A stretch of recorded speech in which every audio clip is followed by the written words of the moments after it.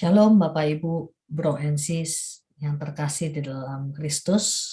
Kita kembali bertemu di dalam rekat renungan singkat hari ini dengan tema You Are Love. Apakah kita merasa bahwa kita dikasihi? Tanpa kita sadari, begitu banyak permasalahan dapat timbul ketika kita tidak menyadari bahwa kita ini dikasihi. Dengan kita merasa bahwa kita tidak dikasihi, ataupun mungkin kekurangan kasih, maka kita akan mengalami yang namanya luka batin. Luka batin ini dapat mengakibatkan hal-hal yang buruk, baik dari sikap kita, perilaku kita, ataupun tanggapan kita terhadap suatu keadaan.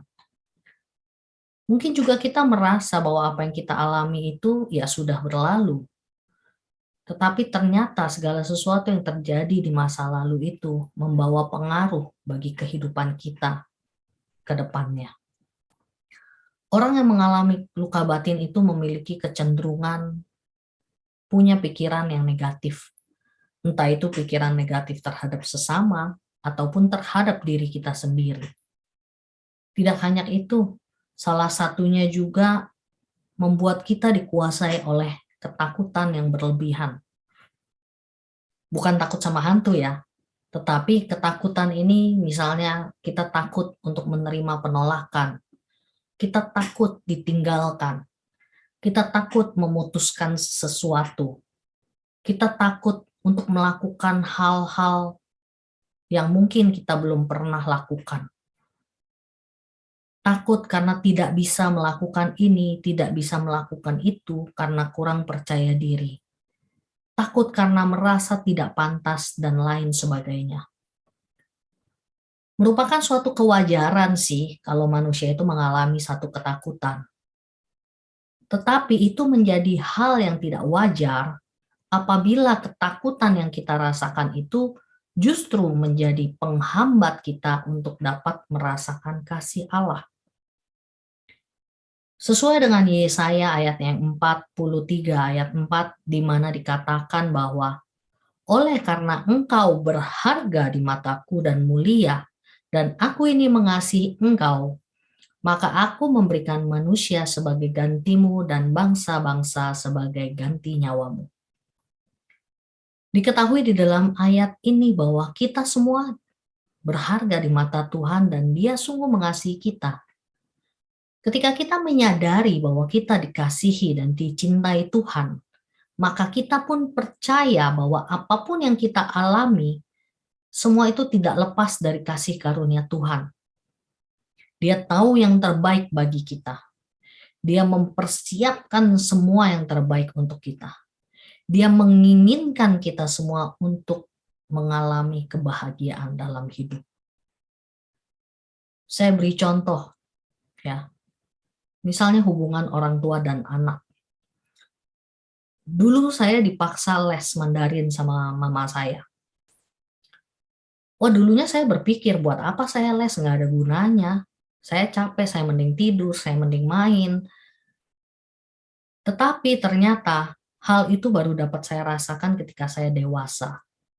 Ternyata hal itu berguna di dalam pekerjaan saya, dalam saya berkomunikasi ketika hal itu dibutuhkan. Dari hal simpel ini, kita bisa melihat orang tua itu sudah memikirkan apa yang sebaiknya dibekali untuk anak-anaknya, dilakukan untuk anak-anaknya, agar apa? Agar anak-anaknya ini dapat mengalami, memperoleh masa depan yang lebih baik nantinya. Orang tua itu merupakan manusia dengan kemampuan yang terbatas.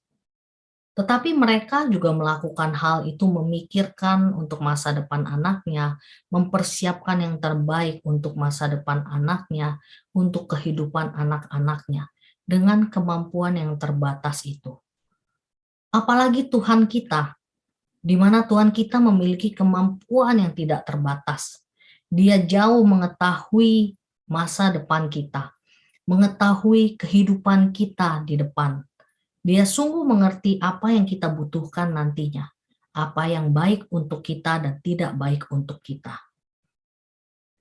Oleh sebab itu jangan pernah kita khawatir tentang apapun juga.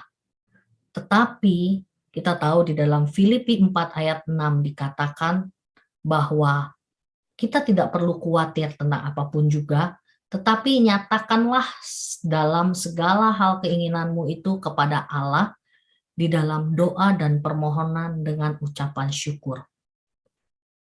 Oleh sebab itu, mari percaya dan sadarilah bahwa kita semua sungguh dikasih oleh Tuhan.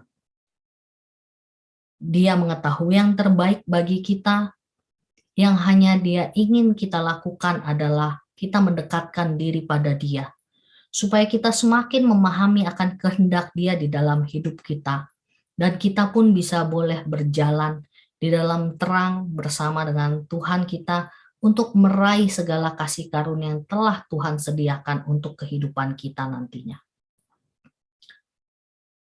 Saya ajak Bapak, Ibu, Bro, and Sis semua pada saat ini untuk mau membagikan pengalaman sederhana kita tentang kasih yang kita alami bersama Tuhan melalui kolom komen di YouTube di bawah ini. Mari kita mau memberikan komentar, memberikan kesaksian singkat kita, agar melalui apa yang kita bagikan ini juga boleh memberkati sesama kita, memberikan peneguhan bagi saudara-saudara kita yang mungkin sangat membutuhkan saat ini. Terima kasih dan Tuhan memberkati kita semua.